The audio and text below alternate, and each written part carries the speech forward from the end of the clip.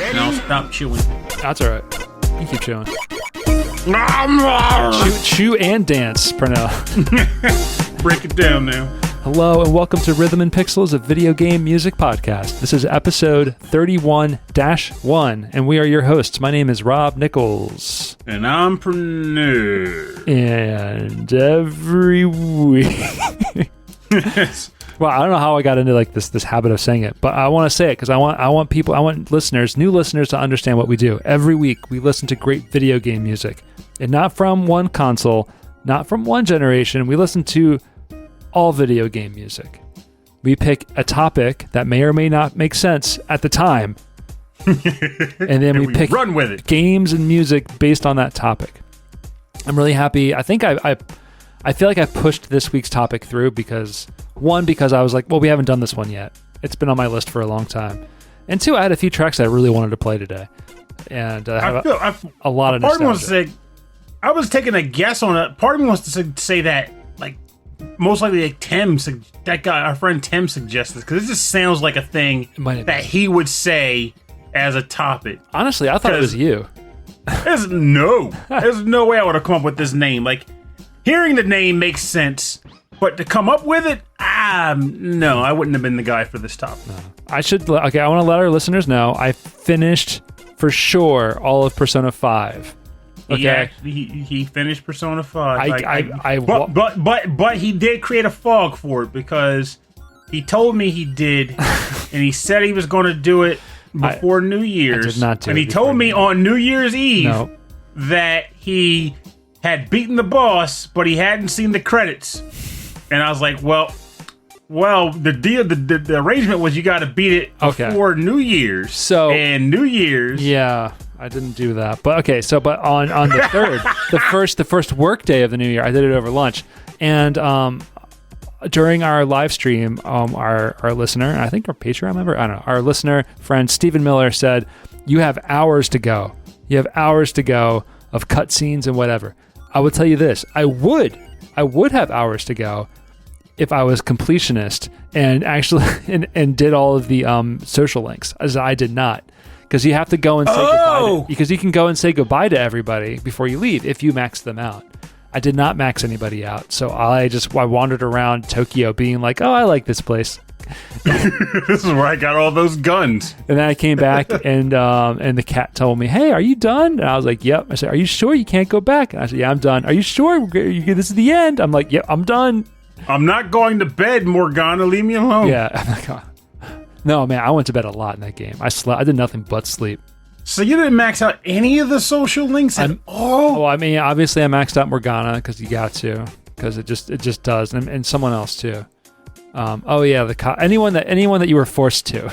I didn't. Wow. Okay. So what were you? So were you just like going to bed on days where you didn't have to? I was watching movies. I was making coffee. I was studying for school. There is so much more. I was the introvert of Persona 5.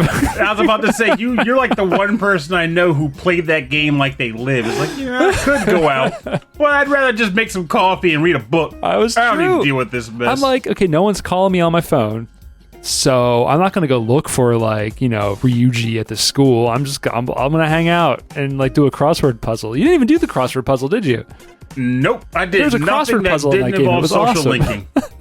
That's my problem. Like, that's the one that makes me sad about that game. Is like they give you all these cool activities, which I guess I shouldn't feel bad because that's really the nature of the game, and you kind of proved it with how you treated it. Which is, they give you all these these activities you can do by yourself, but as far as in-game rewards go, they don't match up to social links. Yeah. So I could do the crossword puzzle, but I could also get bonus experience by going to talk to this person that runs the Megami, runs over the Megami, tarot card line. Yeah. So now my Megami characters are super powerful. Exactly. Or I can do the crossword puzzle and have 1 to guts. I did. I had all the guts in that game. I maxed out my guts. I maxed out all my stats.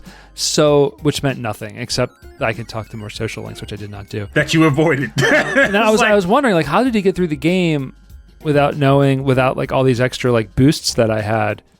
And it was because you worked on the social links, which then got your personas to be more stronger. When you, Yeah, 'cause what when you did happens the is when you fusions, I didn't do that. So it was like when you fuse them and your social link's high, then you get extra levels on them. I didn't do any of that. So like my monsters just weren't that strong. I call them monsters. Well, I mean, it's Pokemon we're playing. Let's be serious. Well, I mean, you still could have good ones without that. Obviously not as good. No. But if you're fusing them, you're still giving them skills from 2 monsters plus the skills the new monster has. Yeah. So you can still have a decent cut. It's just you won't be getting like whatever the back end things are for personas because they take too long to level up if you don't get bonus experience. It's almost impossible. That's how demons are in all the Megaten games. Yeah, I had 2 that I ran with like through the whole game. It was Shikioji, the origami persona. Good call, yeah. Because he's amazing. Because he saved my butt. And then Horus. I don't remember Horus. It was like a blinding. It was a bird that was a blinding white light. You couldn't even really see it. It was like a blinding white light with like wings. And like I maxed out. I gave him all of like these good powers, and it just ended up being like one of the best things to hang on to through the whole game. It wasn't even like that high of a level. It just had really good like resistance to stuff. That by the end of the game, it was just I just was like, this is all I need. So now I put that away. I finished that. I started playing The Witness again because I have my TV's smaller now because my big TV broke. So I'm actually getting less sick playing a first-person on game. A smaller TV. Yeah. So you think maybe it's because you had to focus on more area? No, I think it's because of like TV. Because my living room's a little smaller, so like I'm closer to the TV. I don't know if our listeners experience this too. Go ahead and write us an email about it. No, but if you're close to the TV and you're playing like a 3D game, like it kind of like, I don't know, I feel like I'm too close to it and it makes me kind of sick. So I'm playing that. But Pernell, what I have been putting time into, which is going to blow your mind. Actually, it's not. You're going to be sad. Well, maybe not sad. I don't know. I'm looking forward to your reaction. Final Fantasy X. No, I'm playing on the PC online Settlers of Catan. I'm obsessed with it. That doesn't make me sad, but it does puzzle me. Because why Settlers? Well, aside from that, it's a good game, but still, why the digital one? It's base Settlers.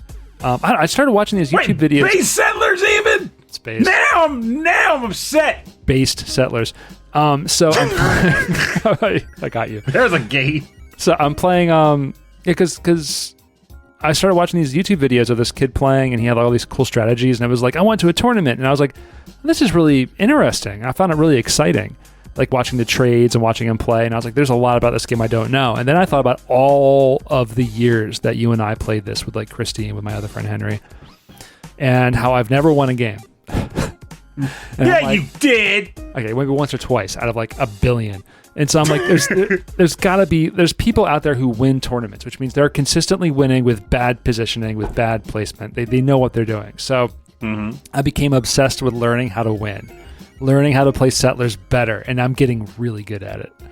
That's good to hear, because I mean that's really how you get good at games. God, stay on a video game podcast, but that's how you get good at games is by repetition, and that's the downside to like how our usual flow is, which is that I bring a bevy of crap, and there's never time to play a game more than like 4 times. Well, technically there is, but I'm always like, well, we could play this instead. I'll tell you this, I'm still not very good at Wingspan. We've been playing more Wingspan, and I'm like, every time I play, I'm like, oh, this is awesome. And we finish the game, and I'm like, I have no points. This is amazing. It's all about, there's a luck to it. You gotta get a good engine going. There is. And you gotta roll with whatever you get.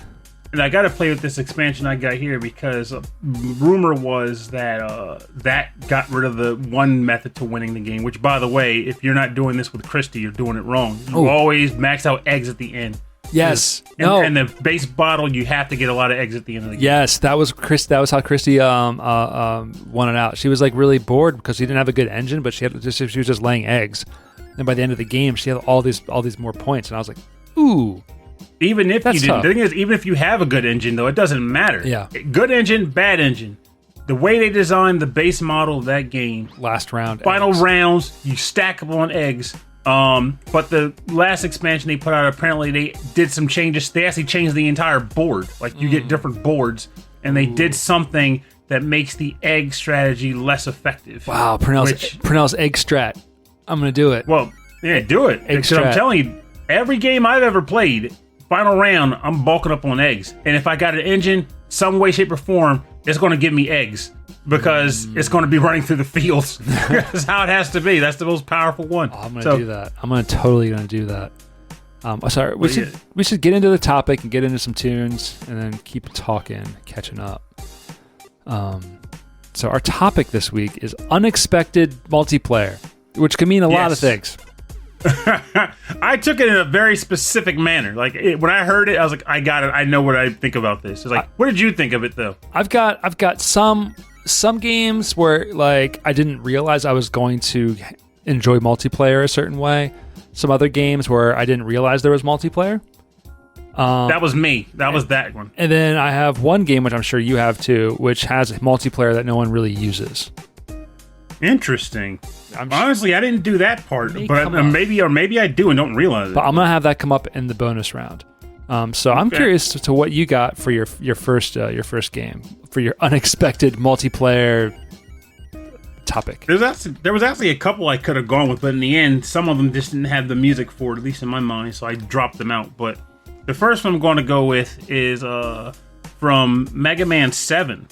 It's the Wily Castle 3 theme, and it's composed by Yuko Takehara, Toshihiko Horiyama, and Makoto Tomozawa.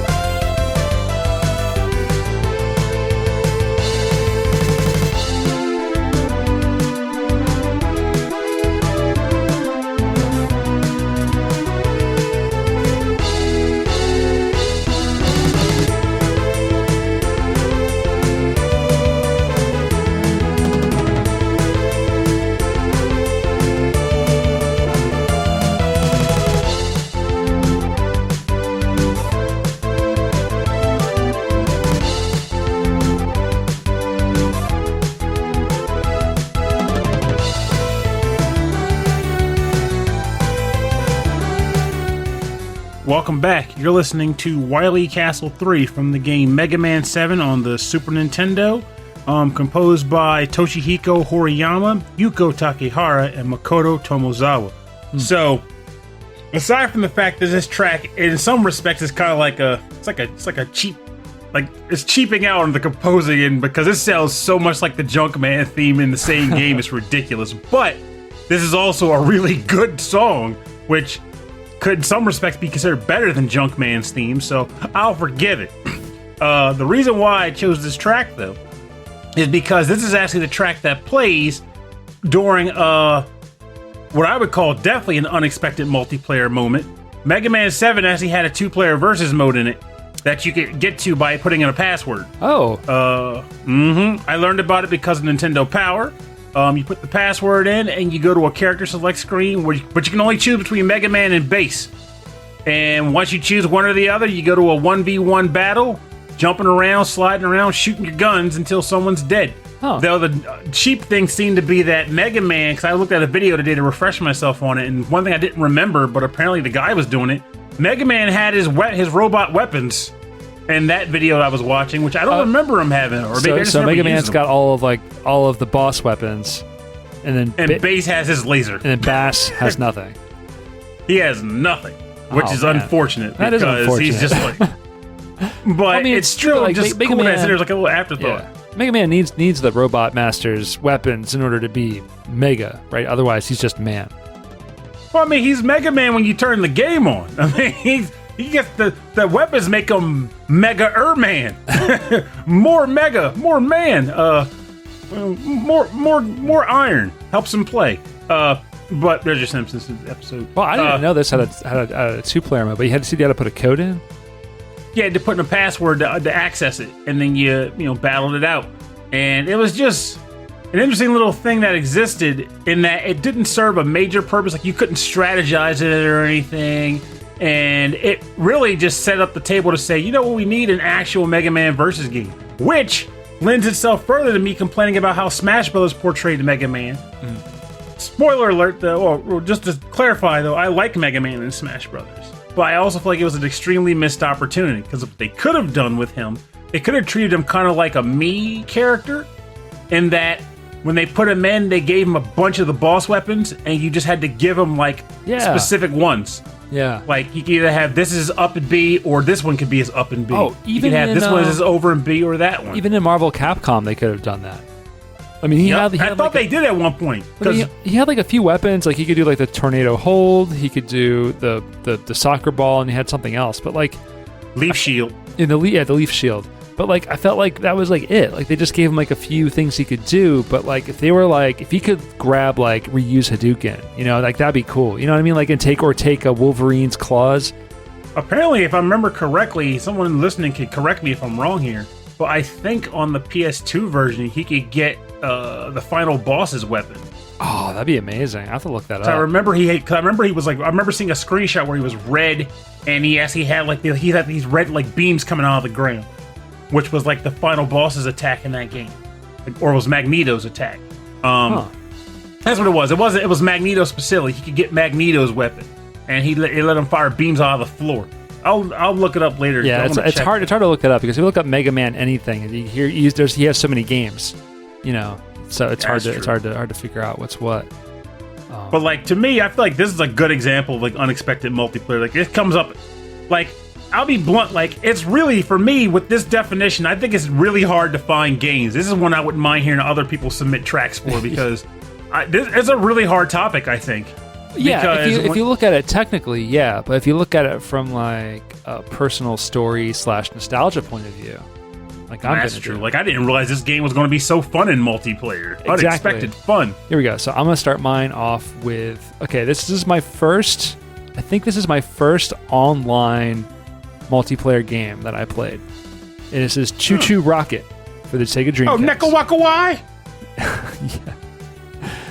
This game has a very short, very, very fast, interesting sounding soundtrack. This is composed by Tomoya Ohtani, and we're just going to listen to the title screen for a little while.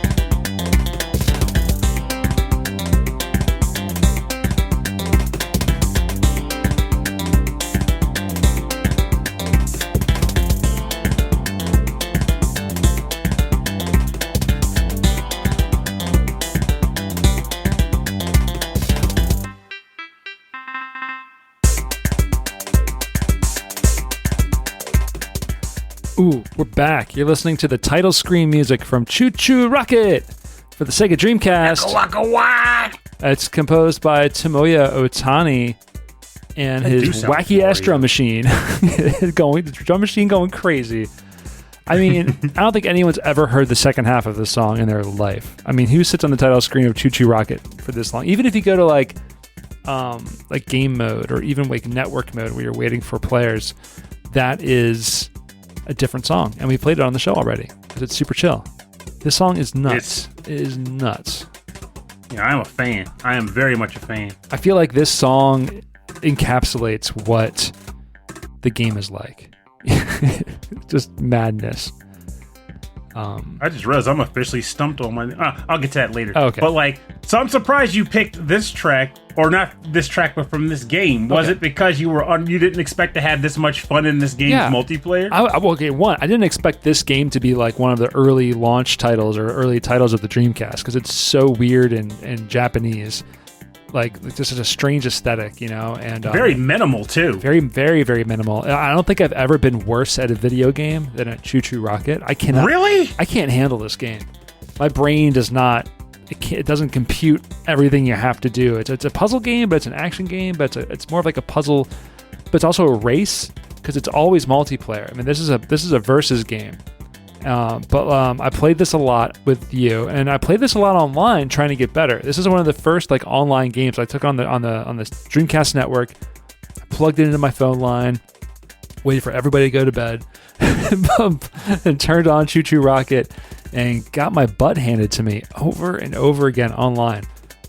It was surprisingly tough for how simple it is. I was good. I felt like I was fairly decent at it, but the problem was, for those who don't know, because ChuChu Rock is old as the Dickens at this point. Oh, my back. You were basically nothing. Like, you weren't anything. The game itself, however, involved mice running around, like space mice trying to get to their rocket. They ran in a straight line, but whenever they came across an arrow or a wall, they would change direction in the direction the arrow or the wall told them to go. If it was a wall, I think they just turned right. And you were trying to guide them to a rocket ship to leave the planet. There were also space cats that were walking around the map that were trying to eat them. Yeah. And they fell along the same rules of logic. They walked until they hit an arrow or a wall.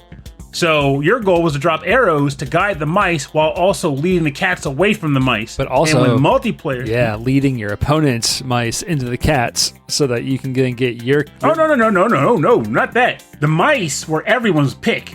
But you wanted to get the cats to the rocket, because if the cat got to the rocket, it would eat the mice inside the rocket. So you were like, guide the mice to your rocket and guide the cats to everyone else. That's what I was saying. The rockets were the ones that were colored. Yeah. Mm-hmm. And it was very fast-paced. Very fast. So it's like you couldn't do it methodically. Mm-hmm. There's no time to be methodical. You just got to blitz, like, okay, there's an arrow. Counter that arrow. There's an arrow. Counter that arrow. And you only had a max number of arrows you could place, too, so you couldn't spam arrows. I think I was. Yeah, you only put down like 3 or maybe 4 at a time, and then you couldn't just keep laying them down. I think you had to actually pick them up, right? I think so. It was off, and it was something. It was manic. I was thinking about this a lot because I found my original Dreamcast in my basement when I was cleaning it out this past weekend, and I'm really, really happy that it's there. I have it hanging. I have it sitting up on my speaker right now. Up there with the Genesis now? Yeah, it's when I worked at Electronics Boutique, people would turn in their Dreamcasts to get PlayStation 2s.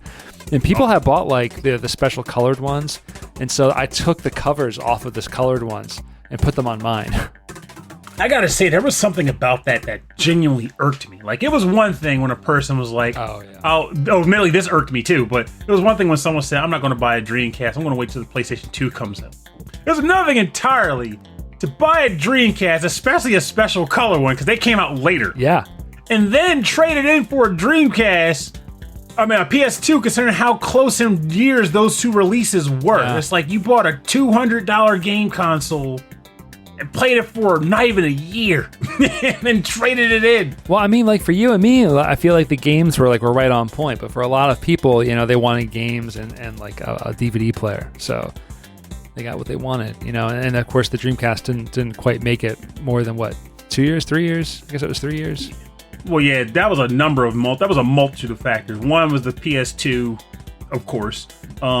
The other, and I still, Somerset think might be even, I didn't think so before, but now I wonder if that was one of the bigger ones, was piracy was really easy on it. Yes, that's easy in the sense where, like, if you had access to America Online, you knew how to pirate games. Oh, I know. I had exactly. I had that's the other thing that I found was all of my burned discs, because I sold most of my original games, and so but I have whatever's left over, probably with ChuChu Rocket sitting around somewhere. But I found like my binder of like the original the Japanese Jet Set Radio, of the Japanese Phantasy Star Online that I couldn't play online.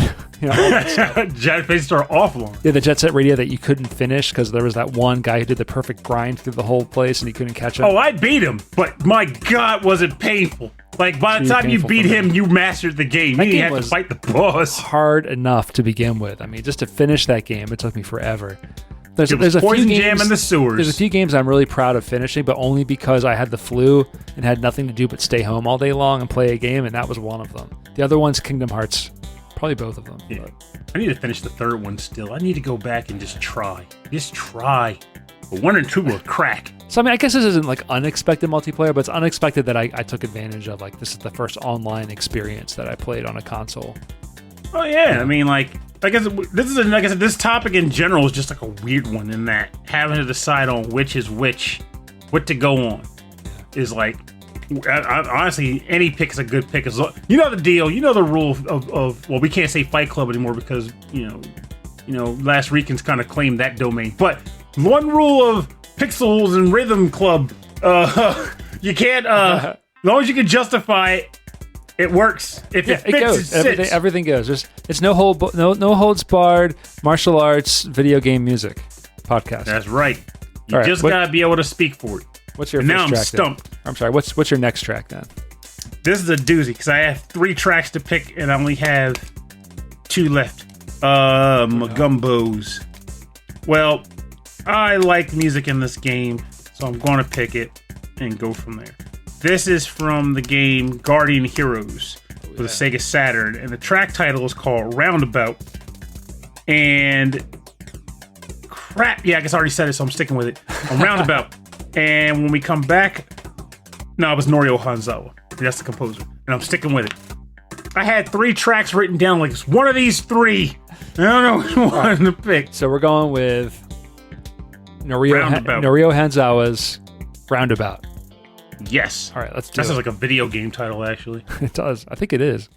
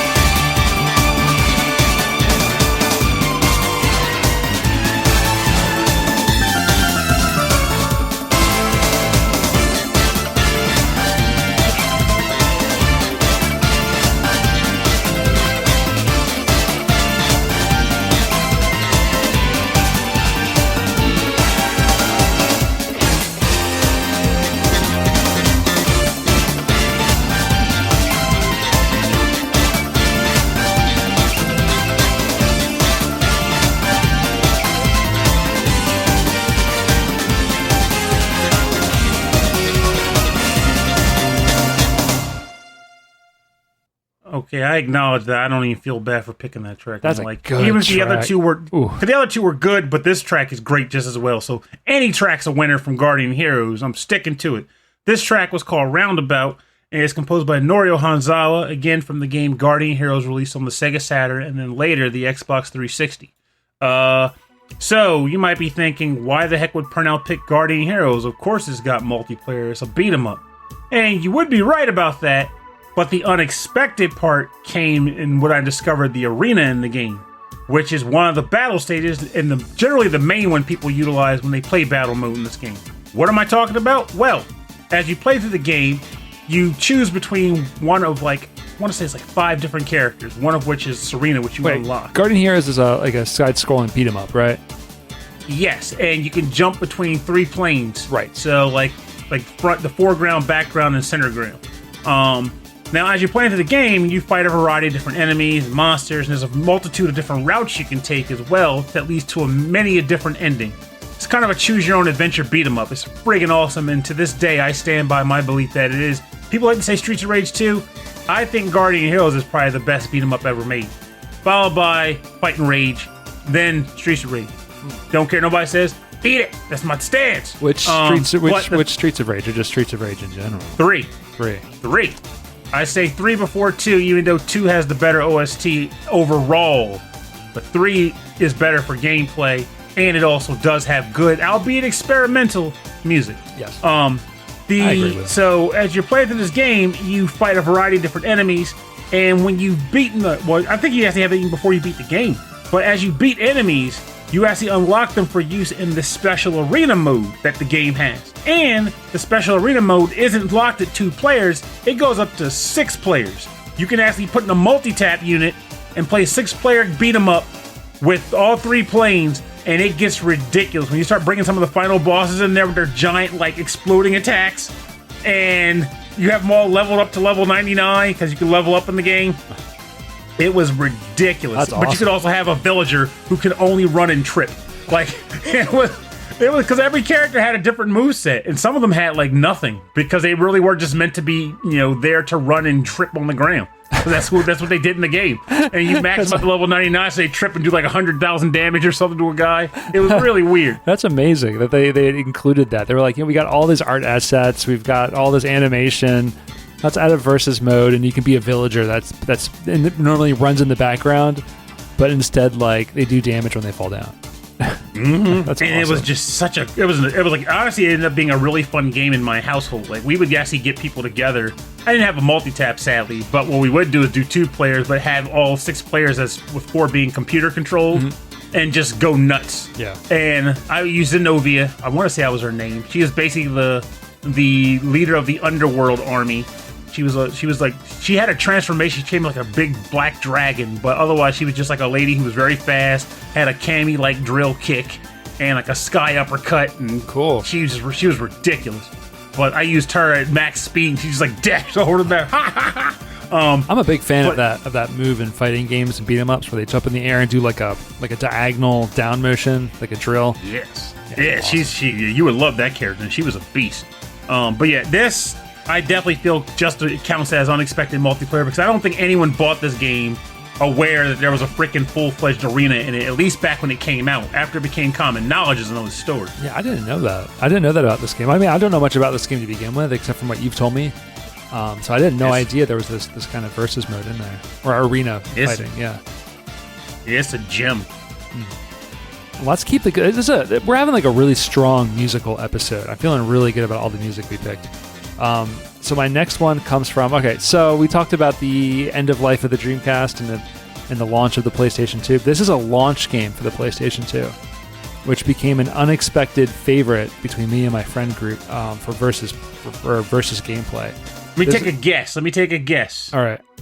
Because it's supposed to be unexpected multiplayer. Yeah. Were you and your friends fond of Fantavision? No, I don't think I ever played that game. That was a launch. That would have been. No. That would have been definitely. That's unexpected multiplayer. No. Do you and your friends do Fantavision?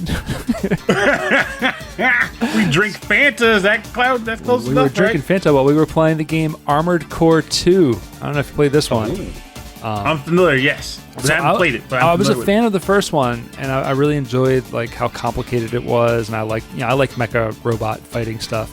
And then this, there was like the next gen of Armored Core. So Armored Core 2 for the PlayStation 2, composed by Tsukasa Saitoh. The track is called Chord E.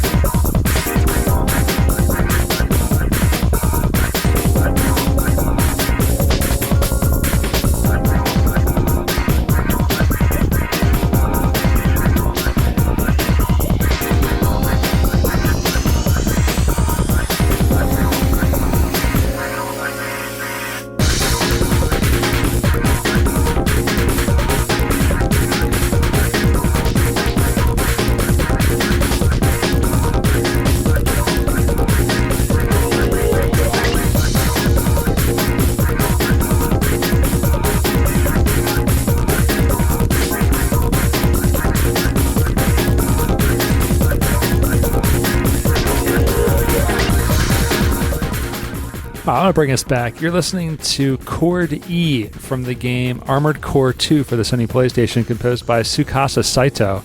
Saitoh going on to compose music for more Armored Core games. Armored Core Nexus, I think, is one of the newer ones. He did some music for Bloodborne, and he did some music for Dark Souls 3. So did a lot of work in some modern games as well. But some of the music in Armored Core 2 is really interesting. Like really interesting rhythms, really interesting sounds. This is definitely with the more smoothest, the more straightforward track in the game. And to me, it sounds like electronic music of this era of like 2002, 2003. This is a real toe tapper. I guess not 2002, but because it's a little bit earlier than that. But maybe 2001. But it is. So it if is I remember. Cool. No, go ahead. What were you saying? I was saying this is cool. You said you remember. So I'm thinking like so. All right, so if I remember correctly, this game it was a mech fighter. Yes. But was it mech versus mech or was it mech versus army of mechs? Yeah, it was like the game was mainly like it was single player focused. So you would have like missions where it was like you against like 5, where you'd have to like take something from one place to another place, and there'd be like tanks coming after you in planes. But like it was mainly like every once in a while it was you against one other, but it was always like mission focused, and you had all these missions you had to do. As you completed the missions, you were kind of like a soldier of war, like mercenary type thing, a soldier of fortune rather. And so you would earn money as you did all of these missions. And as you completed the missions, you take the money and you'd buy new parts for your mech. You buy like new arms and new legs and like weapons and stuff, and you just keep progressing through the game. I always thought it was really, really neat. But we discovered there was a 2-player mode, and me and my friend group, we loved fighting games. All we did was play Third Strike, we played Marvel Capcom, we played King of Fighters, and I got so into this game that I convinced them that this was like a fighting game. So what we would do, the versus mode allowed you to take any saved mech off of a memory card, or off of your save game off a memory card, and you can play them against each other. So what I did was I played through the game almost all the way, and then I sold everything I had. So that I had just nothing and a ton of money, right? And then I copied it to another memory card. And so what we would do is we would sit down and we would build from scratch with all the money we could have in the game, whatever you wanted. And then that sounds awesome. And then someone else would go and build their mech however they wanted, and then we would fight them against each other. That actually sounds like a lot of fun. It's like almost like a blind draft. Well, not quite a blind draft because you still get to outright choose what you want, but you do get to have a pick of the litter on like everything's at your disposal. You can just build the best mech you can. Yeah. But was it designed in a way where you were like rock, paper, scissoring it, where like this gun would be good against that, but if he picks this, then that won't be effective. I got to choose this instead. The or game was it was like so, high stats? Yeah, no, it was so hard to control that like every once in a while I think something would happen. I remember it mostly being balanced, unless you picked like a laser sword, which did nothing but look cool, because like anything you had to get that close to fight with in these types of games, it's never going to work out. But rocket launcher for days. Yeah, someone's going to sit with you like a laser from like behind a mountain while you're like, I got a sword, I'm going to get you. Missile pod. Not rocket launcher, missile pods. Those are the things that mechs would usually have, like 9 missiles. Actually, that up on the shoulder and just like. That reminds me. When I was in junior high or so, we used to play BattleTech. This was like a tabletop like war game, BattleTech, and we would create your robots on paper, and then you'd have like these little figurines on a map that would like represent where they were like in this world, and you'd fight them. But I was obsessed. That sounds like fun. That was really cool. It was really complicated, so we loved it. But I was obsessed with having the mechs being able to fight physically. And so I would like go in and I'd be like, okay, I'm going to do death from above, and I'm going to jump off a mountain, I'm going to land on you. The thing is, even if I hit, I did so much more damage to myself than to the other players that it didn't, like I would always lose like really fast. But yeah, I was always obsessed with the idea that like robots could fight hand to hand also. But it only made sense if they all fought hand to hand, and not like one had like a rocket launcher and I was like, I have boxing gloves, let's do it. Bam, bam. But like, yeah, I like, honestly, I have never played Armored Core 2, but I have played other like versus games that involve things like mechs, or like, mechs specifically. There's Virtual On, which you love. That's a great one. Oh yeah. If you think of like the controls of Virtual On, it was designed where like every time you move the stick, something cool would happen, right? An Armored I know. In Armored Core, it was like it was a pain just getting that thing to move. Like it was like the controls were so weird. Like you had to like use the L and R to like turn left and right, and like the sticks. There's a part where like Age Tech designed that game. I have to look in that later. Oh, I think you're right. Yeah, I think you're right. I think it was Age Tech. Yeah, that sounds right. If so, man, I'm on. I'll take that being on fire for 500 points, Alex. If that's true. Yeah, you are absolutely right. Really? Yeah. I'll take it. Yeah, they did R-Type series and R-Type Delta and Armored Core. Well, like there's another game I used to have that wasn't mechs, but it was still that level of like frenetic fun of like that where you kind of like can like side shuffle and run around like in a Virtual On game. It's called like Gotcha Force, and you controlled a team of toys, like different action figures. Oh yeah, and they fought in living rooms and stuff. And it was a blast and a half to play. I still have it over here. Oh, that looks cute. Break it out and play it again. Yeah, it's so colorful too. You had ninjas and nurses and robots and like just various staples of toys. Mm-hmm. And it was just that was unexpectedly good. Like no one saw that game as being an underground hit, but it was. God, man, I gotta play it. It's probably worth money now too. I bet. It was a GameCube game, wasn't it? Mm-hmm. Loved it. So good. I would play it today if I had people that wanted to play it. I'd relearn it. I have to relearn the damn thing, but I would totally play it again. I don't know why. I never purchased any Nintendo systems like past. No, I never have. That was your built-in money-saving mechanism. Don't worry about it. Just take it for what it is. But now I'm thinking about a Switch. I'm like, a Switch would be a good thing to have. Switch is a good system. I stand firm on that. I have a PS5 and it doesn't get played compared to the Switch. Like, the Switch is the one that's easy to find, though admittedly it wasn't easy to find when it first came out, so I can't make that claim. But for all the hype that the newer systems are getting, and the Switch being the older family member of the trio or whatever, I still just get a lot of fun out of it. I can't explain why. I just do. So that's the one I recommend to people. Even if I have friends say Joy-Cons suck, like they do suck, I agree. I'd still recommend the Switch over the other two it's got the library. It's got the on-the-go action. You can't take the PS5 into a backpack, onto a shoulder thing and like plug it in. But then someone will tell you that you can stream it. I'm like, but I don't want to stream it. I don't want to stream it to my phone. I want to play the machine. I'm old, man. Yeah, back's going out. I'm not playing on the iPad. Yeah, I'll play it on exactly. The iPad. You can do that. Yeah, you're just streaming it. You can play it on practically anything. I've heard people play it on their phones. Wow. But I'm like, no, I don't. I never got into that. I want to play the actual machine.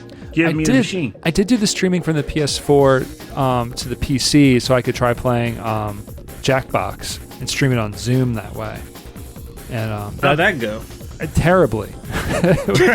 Even for Jackbox. Trying to stream video through Zoom is awful, first of all, and then trying to also stream from the PlayStation 4 across the house was really difficult. So that was early pandemic. Let's try to play online games. Didn't work out too well with that one. Now I remember. That's when you set up. That's when Daryl showed up and was on there. We were all playing online. Yeah. I remember that. Early online. Now you can just play games on Steam, which for the record, you should do that. That should have been the go-to, right? That's what you're playing Settlers on, isn't it? No, it's playing Settlers of Catan on. It's called Colonist.io, and it's a freebie.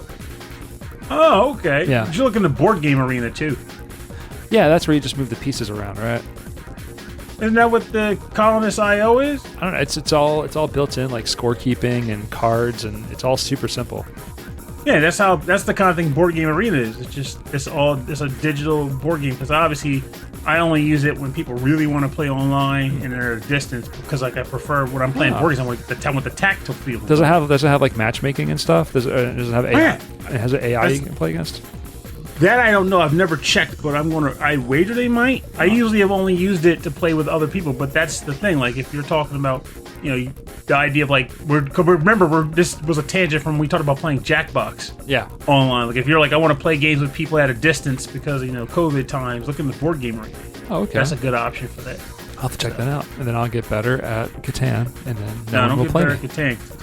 I'd still play you because I have a record to maintain here. I'm still good at Catan. Damn. Well, I'm gonna break it. I'm gonna break that record. I'm gonna start practicing 3-player games. Ain't no breaking. No, there's no electric boogaloo here. Actually, he might be listening to this episode, so he's there. Don't anger the EB. Oh no, I'm not angry. He's my man. I'm just saying when it comes down to Settlers of Catan 2 breaking my record, there's no electric boogaloo here. There's no breaking 2 here. I will have my revenge. All right, so we're on to your final pick for the set. All right, this is a tough one, but I think I'm going to have to just remove the track I was originally going to play at the end of the episode in favor of the track I'm going to bump for this track. Crap, this is hard. Anyway, this track is from the game Catherine Full Body, and it's called It's a Golden Show, and I'm fairly positive it's composed by Shoji Meguro.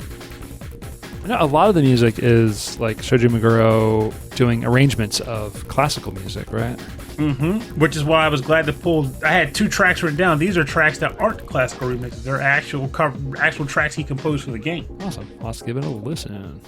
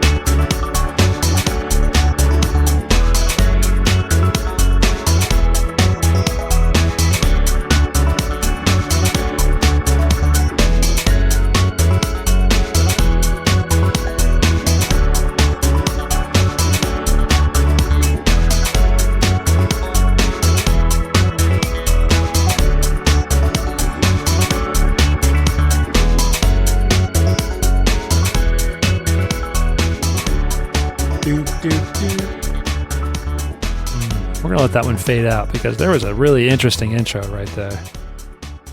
Ooh, that was cool. So that track was called It's a Golden Show. It's from the game Catherine Full Body, released on Xbox One and PS4, composed by Shoji Meguro. So this one has a little bit of an interesting backstory to it. So, well, maybe not backstory, just interesting details in and of itself. And that Catherine was originally released back on the Xbox 360 and PS3. That long ago, and it was originally meant to be a test model for what the engine that eventually became the thing that was used in Persona 5. So think about how many years that was in difference. Wow. But that game ended up being a puzzle game, with the idea being that you were asleep in a dream world being haunted by, nightmares that were trying to kill you in your sleep. And if you died in your sleep, you died for real. And there was a whole narrative around it, what it meant, why you were having nightmares, and whatever. But the nightmare stages were puzzle action stages where you had to ascend a ever-collapsing tower. After you beat the actual game, you unlocked something called Babel Mode. Babel Mode was 4 different stages, and each of those stages was a series of, randomly generated blocks, though they followed a certain, style and pattern, which is why they were able to be 4 stages. And the goal was, again, to reach the top. You could have a co-op mode in there too, where you could have another player come in and help you run the levels, and your goal was just to get to the top. And the final level was called Axis Mundi. It was hard as the dickens. I never beat it, though the rumor was that it actually was easier to do it with 2 players because of how the blocks were generated. So, fast forward a little bit. I can't remember why or how, but the Babel mode of Catherine became really popular for side betting at fighting game tournaments. Yes. People were making side bets in back alleys, or actually hotel rooms, for some extra scratch for being really good at Catherine. So, eventually, Atlas made a remake of the game called Catherine Full Body, and that's what released on Xbox One and PS4. They added an additional character and some extra levels, but the most unexpected thing was they added a full-blown multiplayer mode to the game with you racing. I assumed the multiplayer mode was already built into the game, but it wasn't until after you've completed it. It was a bonus. Mm-hmm. They put the multiplayer mode into the remake. Yeah, that's straight up. You just start the game multiplayer mode. It's there. You can play it. And Babel is there, but in addition to Babel, they had full-blown multiplayer stages. So they basically embraced the fact that people came to like that extra mode.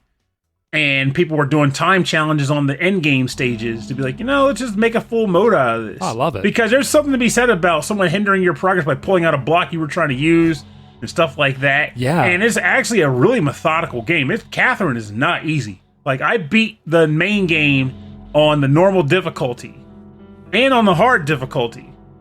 And there was a level on normal, surprisingly not on hard mode, specifically on normal mode, that I was stuck on for 2 days. I could not figure out how to pass it. And I had to keep leaving and coming back until eventually one day I played it. It was wait, it makes sense now. I can do this.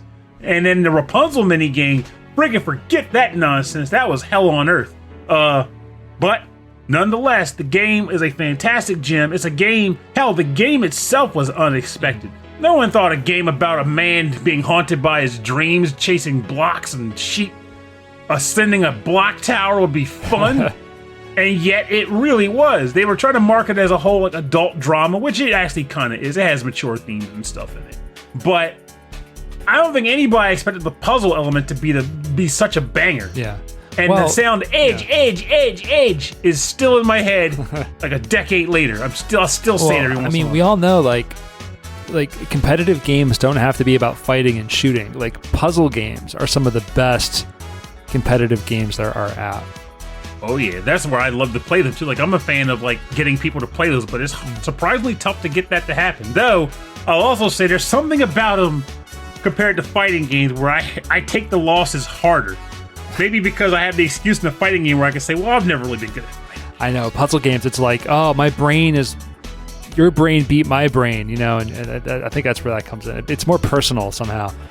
That ties in my next game. This is a game called StarSweep for the Sony PlayStation. It is a puzzle game that was... It was marketed in North America as kind of a bargain game. It was called Puzzle. I was right. Yeah. So it was like it was one of those games that was like there was that one. There was like Top Shop. Yep. And there was Battle Hunter, which I think I still have on my shelf. Yeah. Top Shop was just what, Ikideki Street. Yes. Like well, not quite Ikideki Street. It was like Monopoly more so, but it was like a 2D game where you had to go between stores in the mall and actually buy the store and then stock it with merchandise. It was so good. That was so good. But so many of these games, they sold for like $10, maybe $5 in some places, and they were amazing. This is actually an arcade port of a really kind of a simplistic puzzle game with like lots of cute anime characters, like really like cutesy style. It's called StarSweep, and the music is composed by Mitsuhio Arisaka, who is credited as Axela. And this music, Pernell, I mean, when we do our next like anniversary episode. No, well with Hammock, but not the cop show. Buddy Cops. Not Buddy Cops. So next time we do sitcom opening themes, this soundtrack's got to be in it. This soundtrack is really, really over the top. We're going to listen to the track Island of Rio from the game StarSweep for the Sony PlayStation.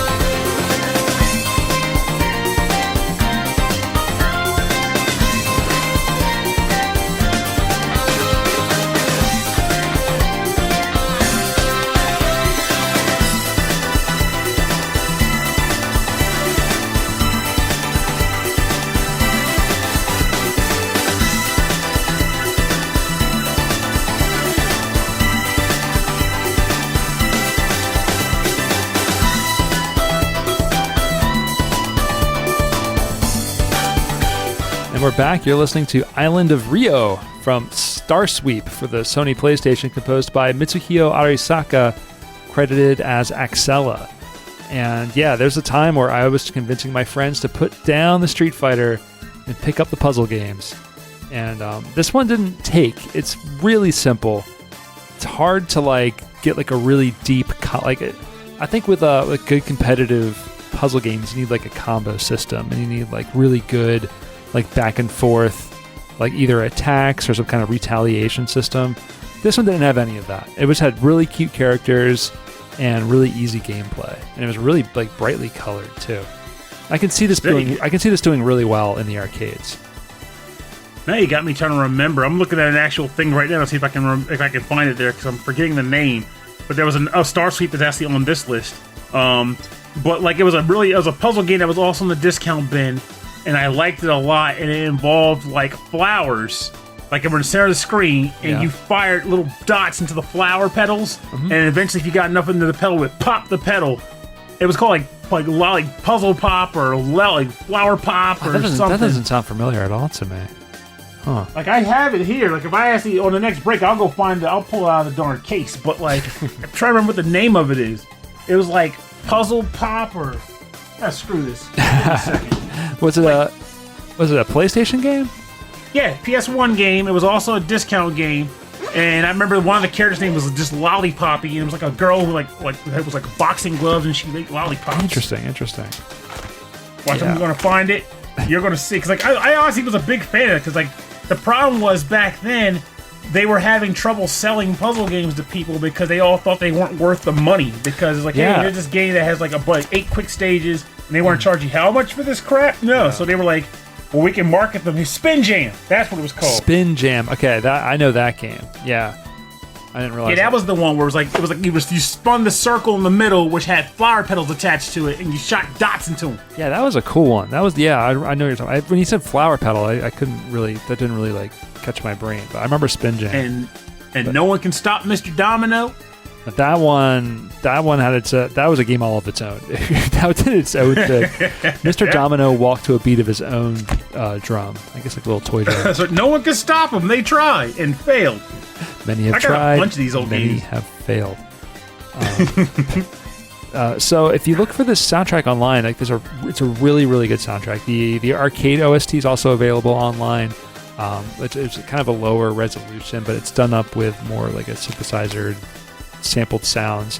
So the PlayStation, I feel like, really has the superior soundtrack. And actually, it's either on the PlayStation or maybe it was on the released OST for this game. There's a couple arranged tracks of the soundtrack that are really, really good.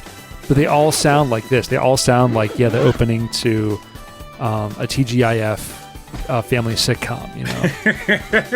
I don't know why. Like in a good way. In a good way. It was like Trading Places. Yeah. Totally talking about Trading Places. But like in a really good way. All right, so I'm going to turn this track down, and we're going to get into the part of our show, not quite the end, but close to it, we call the bonus round. The bonus round. The bonus round is where we're playing covers and remixes and arrangements on our theme. And Pernell, what is? I'll wait till your mouth is full of water. Blue drink. What is your bonus round track?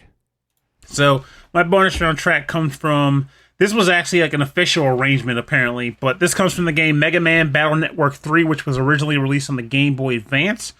This is called Final Transmission, the 15th Anniversary Arrangement, and this was composed by Akari Kaida, Yoshino Aoki, Toshino Aoki, and Toshihiko Horiyama.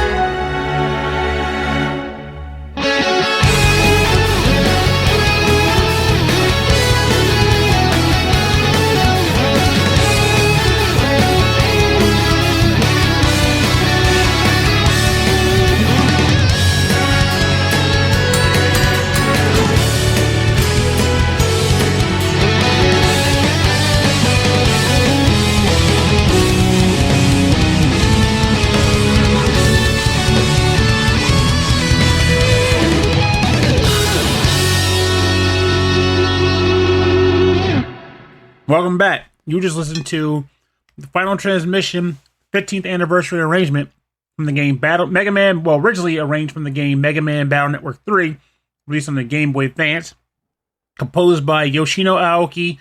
And Rob said the arranger was Masahiro Aoki? Yeah, Masahiro Aoki, who also goes by the name Godspeed, who we've had on the who we played on the show before from Street Fighter V.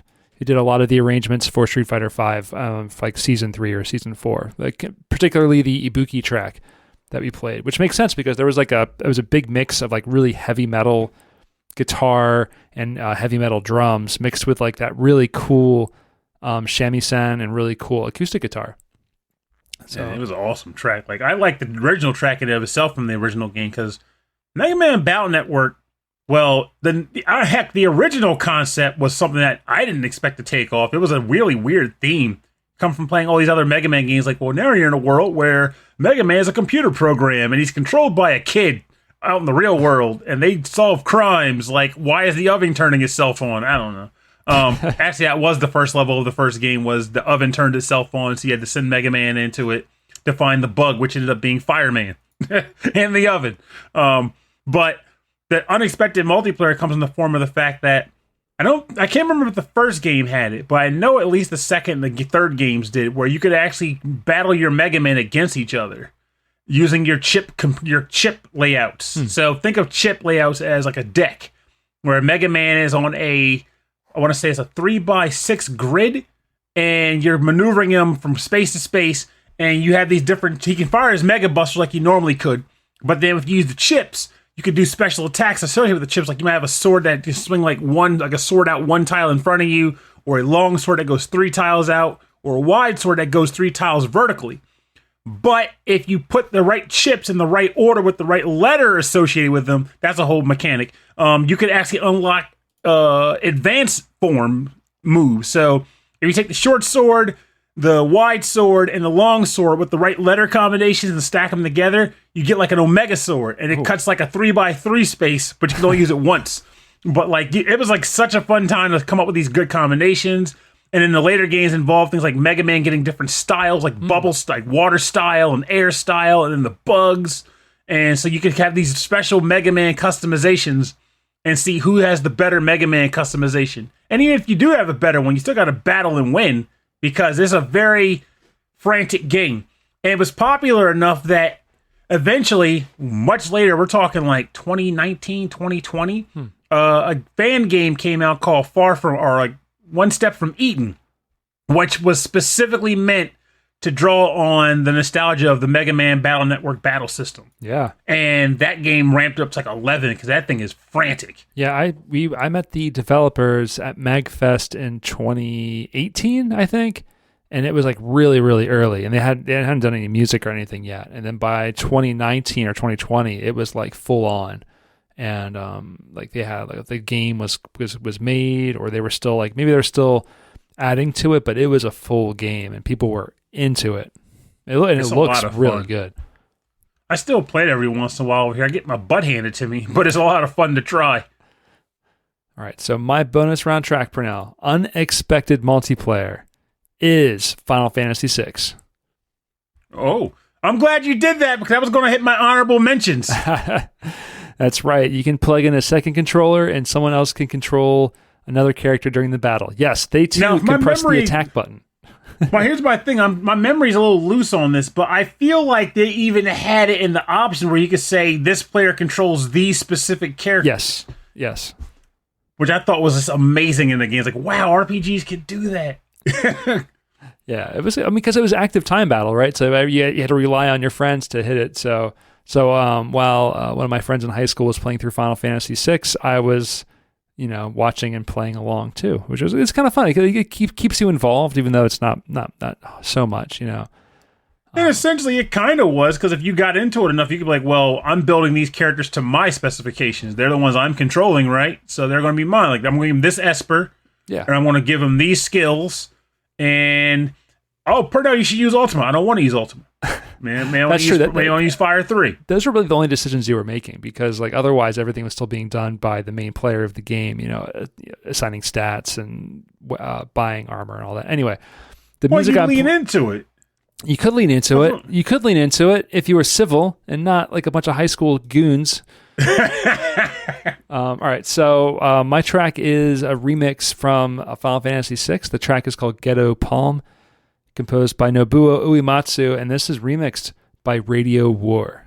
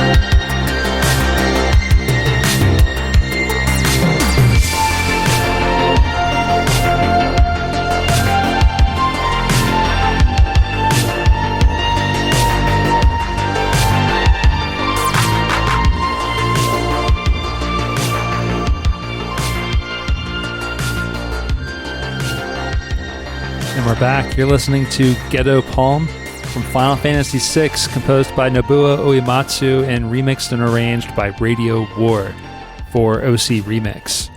And this is like one of the, Radio Man. there's so many like synthwave remixes out there. This one I feel really captures that sound and does it in a really, really good way. Like I feel like the production, the arrangement on this track is perfect, spot on. I've listened to this twice today already.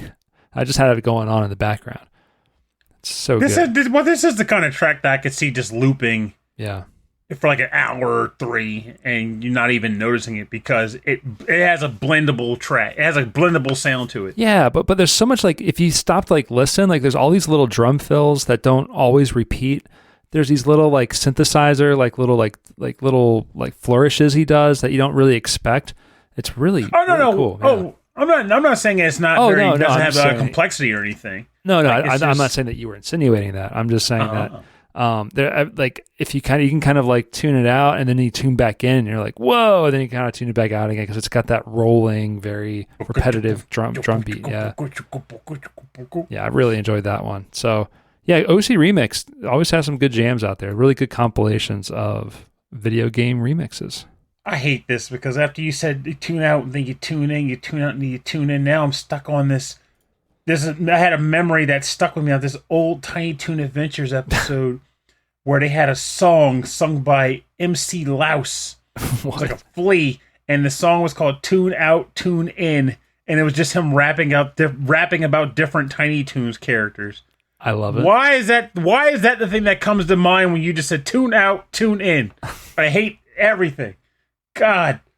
My memory just gets jogged by the strangest stuff. I think both you and I, man, our memories are like, you know what? You're not going to remember like what you did or what you ate for breakfast this morning, but you're going to remember something really obscure, like right now. that one episode, Tiny Toons, flea rapper. Oh, he's right there, baby, in the forefront. All right. Well, for more information, where'd I put my wallet? Yeah, it's gone. Your wallet is gone. For more information on the bonus round, go to rhythmandpixels.com. And we'll have links to artists' SoundClouds and Bandcamps and everywhere where you can go find the music and download the music and buy the music and support these amazing artists.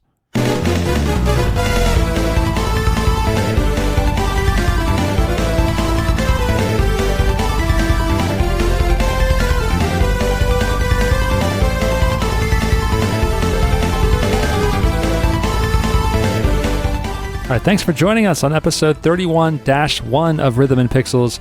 This was our unexpected multiplayer, an unexpected topic episode. Yes, it was. And it was actually pretty fun to do some digging on this topic because it made me really want to see if I could, because it's not, for me at least, it was, the main focus was games that I didn't even expect to have multiplayer at all. And it was just like, whoa, there's a mode here? And it's surprisingly hard to find that kind of stuff, because I'm talking, it had to be a game that didn't even announce the mode. Like, I had to come across it in the game. So I couldn't have read about it in a book or anything like that unless it was like, hey, here's a code for it. That counts still. What sticks out for me, and maybe it's because I was really young, but the original Double Dragon for the NES had that versus mode in it that was completely different from the single player. And wait, it had a versus mode? Yeah. The original Double Dragon. For the NES. I didn't even know that. And it was like larger sprites, and you can pick between like a Bobo or like the main brothers and some other like of the enemy characters. Huh. It was really, I remember playing that over and over and over with my friends because I was like, wow, like why would this Double Dragon game have a versus mode attached to it? But it was fun.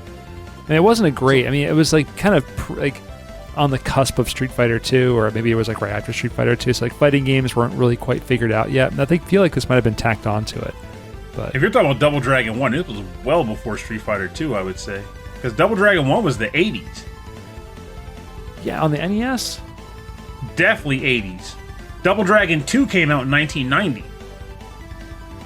Wow. Because Double Dragon 2 came out in the same month as River City Ransom. Oh, no, they weren't big sprites. In my mind, I remember them being, like, very, very different, but, Well, remember the arcade Double Dragon had the large sprites. That must be what I'm thinking of. But in my mind, I'm remembering the characters in the NES version being different, but they were not. I'm putting it in the chat so you can take a look at it. People playing as a Bobo, punching each other. That does look fun. I think I want to say that's Double Dragon 2. What I just sent you was Double Dragon 1, man. I don't want to press it right now because if I play the video, it'll be over the audio. But Yeah. I'll look at it when we're done the episode because it looks like 2, but it is definitely could be wrong. 1. Definitely Double Dragon 1. But take a look at that. I'm going to have to because we're on a bet now. I need to know. I need to know. We're not in a I bet. You're just like, I don't believe you. But I believe you, but I don't believe you. I get competitive, man. It's like I feel bad. Like you played through the game and you're like, I beat the game. I'm like, well, I mean, I can't give you crap. I mean, you're an adult with a family. I mean, people do that. I mean, they're not going to play games. You have things you need to do. Like I have all the time in the world for games. Yeah, I mean, I will. I have to do them very slowly. But admittedly, I still like to tease you about that specific game. I can't help it. And I don't mind. But I understand. And let us never speak of this game again. The metaverse? Come on. We got Facebook called Meta now. It's all about the metaverse. Can't believe they called it. Yeah, they call themselves Meta. It's a palace. It's Zuckerberg's palace. It's mementos. It's what it is. That's a good point. It's really, really depressing mementos. Yeah, everyone's in jail. But did you have any honorable mention titles for this episode? Double Dragon was the only other one that was on my mind. Did you have any others? I had a few. Secret of Mana was the easy one for this because I bought that game, had no idea it was a multiplayer, and really? It wasn't mentioned in any magazines. It was just something I stumbled across in the game itself. Let me see, Dead Space 3, but that was less about not knowing it had multiplayer, more about I didn't expect them to do that because that was the first one where he's like, you have multiplayer. The other player can just jump in at any time, and there's actually certain areas you can only get to with a co-op buddy. It was weird. Resident Evil 5, not only did I not expect that game to work, but it was really good. But I can't imagine playing it solo. Like, I couldn't. I beat the game multiple times with friends, but I would never play it alone. And then Resident Evil 6 was just, God, I'm sorry. And then the last game I had for honorable mention was Legend of Zelda 4 Swords. And that game was a pack-in. The original one was a pack-in with Zelda: Link to the Past for the Game Boy Advance. Unexpected multiplayer. Did not expect them to even attempt it. Did not expect it to come down the pike, and boom, it was a blast and a half. I'd play it today if anybody wanted to. I still have it on the GameCube with all the stuff, and I have like at least 3 Game Boy Advances, 4 if I can get the screen fixed on this one. But so one day there's going to be a 4 Swords party. That's right. It's a blast. That game is so fun. Everybody bring your swords. Bring your swords. Don't bring your shovels. All that treasure's for me. Now that's one. A multiplayer Shovel Knight. That would be... Wait, I think that exists. Yeah, totally. It's like a beat 'em up on the treasure trove, maybe? No, it's just you play. I think some of the either levels are. I'm not sure if the levels are expanded or not, but you play it co-op through the whole game. Huh. Yeah. I'll have to go back and double check that because I know. Well, not that. I believe you on that, but like, I want to say a lot that was added for treasure trove.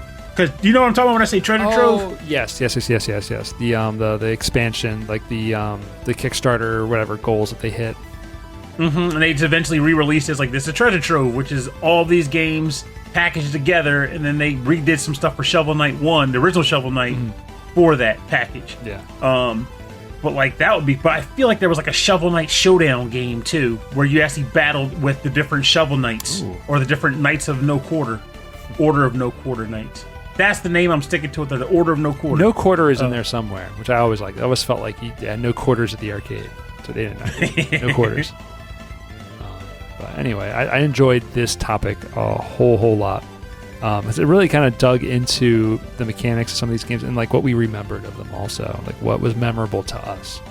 I want to take a vote. It's only just the two of us, but still, I want to take a vote.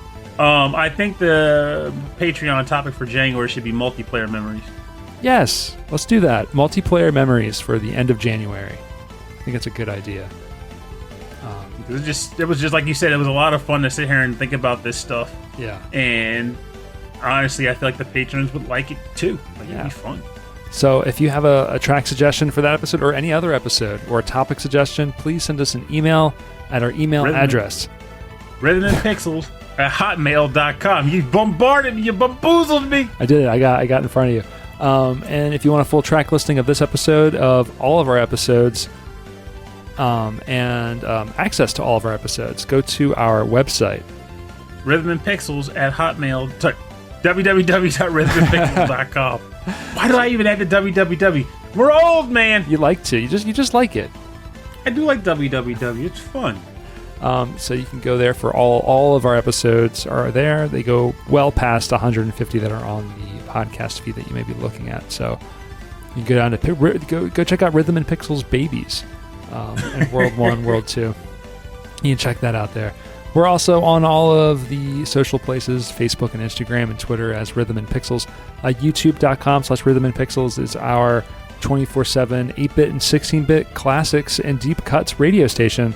So you can check that out. It's good to have while you're working. It's good to have if you're streaming on Twitch and you want some music to play. You can play that in the background. It is ad free, and it's not gonna trigger any copyright alarms. So I gotta tell you right nice now, to have in the background. You're mentioning a Rhythm and Pixels Babies. I wish we had a game dev friend that was like, I'm coding in Unreal. I can make a game because I feel like a podcast beat 'em up game would be hilariously fun.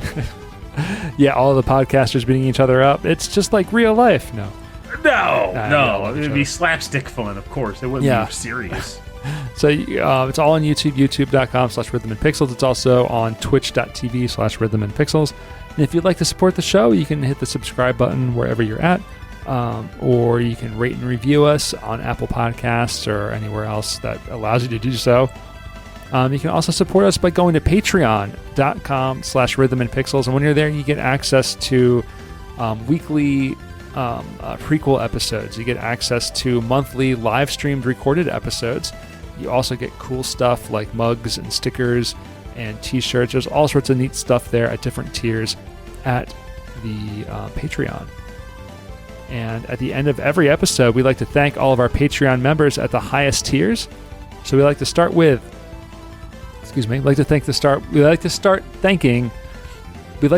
thank yous with Frankly Zappa, Kristen, Mike Myers, Ulf Person, Vashin8060, Alex Messenger from a VGM Journey, Andreas Mailberg, Brian Pitt, Cameron Werma, Camille, Carlos Kung Fu Carlito from the Heroes 3 podcast, Chris Weisner, aka Musashi219, Christopher Senstrom, Davey Cakes, David Taylor, Harold Howard, Justin Schneider from XVGM Radio, Michael Bridgewater from the Forever Sound Version podcast, Michael Jennings, Rage Cage, Reinhard Zelkova, Sleepy S'more, Steve Miller, Taco, The Autistic Gamer 89, and Ed Wilson from the VG Embassy. Embassy.